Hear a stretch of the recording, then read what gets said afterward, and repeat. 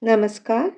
We continue with the book How to Overcome Mental Tension by Swami Gokulanandaji Maharaj. So far, Maharaj had talked about how to move towards perfection. Today, Maharaj will talk about time factor in relation to tension. Maharaj says, among the various ways of overcoming depression which we have been considering, one is to reconcile our own past and future. This can be done during the process of self analysis and it will bring major changes in us. We must be prepared for one or more of the following changes. Number one, change in our attitude towards ourselves. Number two, change in our attitude towards others. And number three, breaking some unwanted fixed habits. For instance, the life of affluence which Narendranath, that is Swami Vivekananda, and his family were habituated to when his father was alive had to be altered suddenly after his death. They passed through a period of endless struggle. It was so acute that the future Swami Vivekananda was reduced to deceit to save his mother further mental agony. We are told how he would often pretend as though he had eaten with a friend and go hungry so that his brothers and sisters got a little more to eat. It was a period of struggle in Swamiji's life which moves us to tears.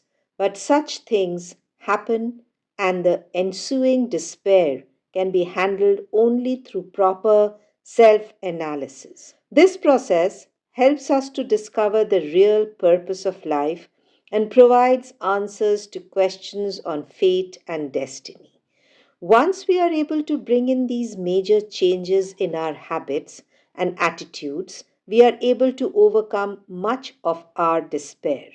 Rediscovering ourselves and trying to build a new life from the wreckage of the earlier one, which has been causing depression and despair, are effective strategies to overcome the problem of tension. With strong determination, we can resolve the trouble which may, at first sight, seem insurmountable. Bringing about effective changes is totally up to us as long as we are prepared to accept the responsibilities for our behavior, actions, and attitudes. As a good general can inspire his soldiers to move forward fearlessly, fight boldly, and win glorious victories against the most invincible enemies, so also is an unswerving determination able to inspire an individual to achieve remarkable feats of courage in the battle of life. Individuals can thus determine the course of their own lives if they have sufficient confidence and unshakable faith in themselves. It is not right to just sit back and wait for fortune or luck. One should depend rather on one's own acts, thoughts, efforts, skills, and values. These induce positive thought currents that we have to make our own life significant. Nothing else or no one else can do this for us. It is for us to formulate a workable strategy of meaningful existence and carry it throughout life. Then we shall have no time to indulge in our predilections for being depressed. In our life of hectic activities, where we find no time for silent contemplation, there is another aspect of tension which can be termed chronic excessive strain. It is quite common in today's world to find people who are hyperactive. Their excessive zeal for activity is at the root of their constant and often inessential activity. The result is continuous strain, though most such individuals will never admit it. As mentioned earlier, an awareness of our own limitation keeps us within the bounds of those tasks which we are capable of performing. Excessive hectic activity and unmanageable responsibilities makes us extremely exhausted, and physical weariness is bound to have an adverse effect on our peace of mind. Those who are prone to excessive activities are often impulsive by nature and unable to plan and execute their tasks in an orderly manner. They do not pause to look back at what is done, but jump from one incompetent project to another, thus creating confusion and complications which result in unnecessary tensions. Their failure to achieve any one task at a time makes them irritable. To tackle all these subsidiaries of mental tension, one needs excessive periods of discipline. It is sadhana in itself and cannot be perfected overnight. As already discussed, a period of meditation in the morning is the best way to begin a successful day. The calmness within us rises to the surface and keeps us at peace for the rest of the day. Several forms of meditation are known, but one has to learn the suitable mode from a competent teacher. Maharaj continues, let me recount my experience at the spinning factory of the Bhilwara group in Jammu. The in charge there, Mr. Kaul, once took me to the human resource department. When I wanted to know what was done there, he told me that before beginning the day's work, all executives gather in a place and meditate for some time. I decided to participate in the program, which began with music followed by silent meditation. Each person came in punctually, participated in this program, and then proceeded to their various departments to work with extra efficiency and zeal. I was told of the immense benefits this scheme had provided to its participants. Many business houses are trying similar methods today. Of course, this method was known to ancient Oriental sages, and the Western world has also awakened to its efficacy. Maharaj continues. Once a Japanese industrialist came to me for an interview.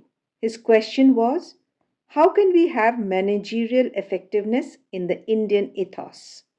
With the help of an interpreter, I spoke about this subject for 45 minutes, and the gist of my talk was the importance of community prayer, personal prayer, meditation, solitude, and self analysis, etc. For an ordered existence, we must periodically observe the behavior of our mind.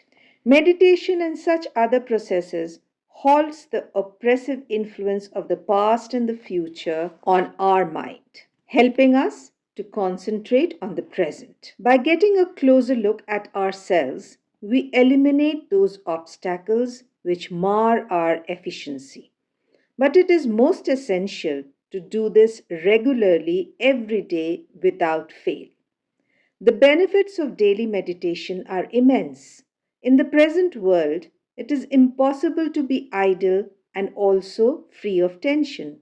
Meditation and private prayer afford us time with ourselves. Strength and calm flow from within after each such session, and we are better able to discharge our duties, even the most mundane ones. Another point to remember is to do one thing at a time. If we try to do too many things simultaneously, we lose our efficiency, we become tense, and concentration is scattered. Each task done with our whole mind turns out perfect. Otherwise, over a period of time, we become nervous wrecks from constant stress. Therefore, we should practice being calmly active and actively calm. The body should respond in an energetic and coordinated manner with all our faculties under control. Maharaj says, from my experience as a monk, I can tell you that keeping calm under all odds is essential.